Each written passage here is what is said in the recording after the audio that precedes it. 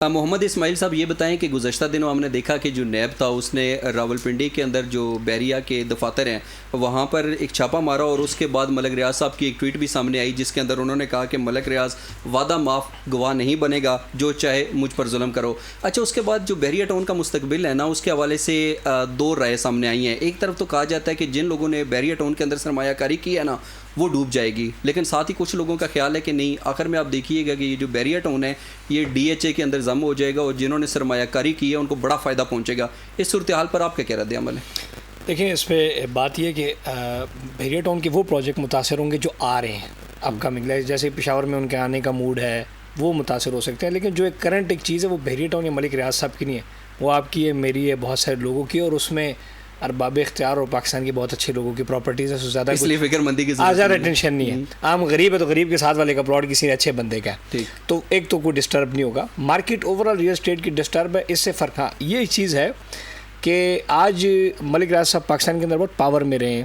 اور آج ان کے دفاتر کے اوپر جس ڈاکومنٹ کے لیے بھی وہ ہے، اس سے یہ ایک تاثر ضرور ڈیولپرز کو مل رہا ہے کہ آج ملک صاحب دی باری ہے تو کل کسی اور دی تو وائی ناٹ کہ کل کسی اور دی باری ہے تو جیویں ملک صاحب باہر بیٹھن اسی بھی چپ کر کے باہر چل جائے۔ اس سے کیا ہوتا ہے کہ جو بزنس کمیونٹی ہے، مطلب اس چیز کو اگر مثال نیب نے چھاپا مارا بھی ہے، یہ اگر خاموشی سے چھاپا ہوتا، پتہ کسی کو نہ ہوتا، تو جو بزنس مین ہے وہ بے شک انہوں نے جو غلط کیا ہو، لیکن اور آج جو پاکستان کی بزنس کمیونٹی ہے وہ ڈر جاتی ہے، اور اب وہ پھر وہ اپنے سیکنڈ سٹیپس کی طرف جاتے ہیں۔ سرمایہ کاری 97 بلین پی کے آر ایک دن کے اندر دبئی میں جو انویسٹمنٹ ہوئی ہے، اب وہ کہاں سے پیسہ جا رہا ہے؟ پاکستان سے جا رہا ہے۔ کیوں جا رہا ہے؟ یہی وجہ ہے کہ یہاں پہ اب ہر بندہ ڈر رہا ہے۔ دبئی لیکس بھی سامنے، دبئی لیکس بھی آپ کے سامنے آ گیا۔ سو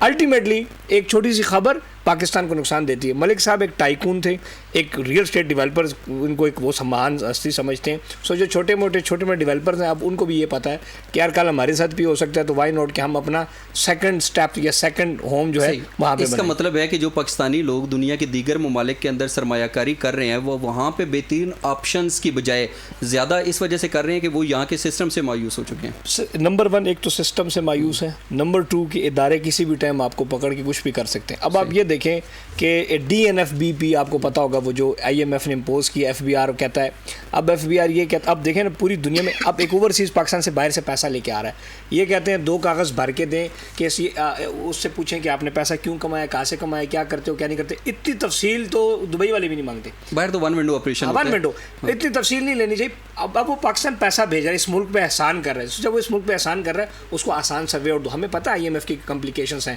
دبئی بھی آپ کا بلیک لسٹ ہو گیا تھا، لیکن انہوں نے اپنے وائٹ لسٹ کیا، اوپر کاغذات ٹھیک رکھے، لیکن انہوں نے کہا کہ اس ملک میں کوئی پیسہ لے کے آ رہا ہے ہم وے آؤٹس دیں گے۔ سو اس ملک میں پیسہ آپ جو بھیج بھی رہے نا اس کو بھی تنگ کیا جا رہا ہے، اور F B R, F I A, money laundering, یہ ہے وہ ہے۔ ہاں، جو ادھر سے لے کے جا رہا ہے اس کو پکڑیں، جو اس ملک میں لے کے آ رہا ہے وہ تو اس ملک پہ احسان کر رہا ہے، اس کے لیے کوئی وے آؤٹ بنایا جائے۔ ڈیجیٹل بینک جس طرح تھا، روشن ڈیجیٹل، اس طرح کو آپشنز دی جائیں، اس کو امینٹی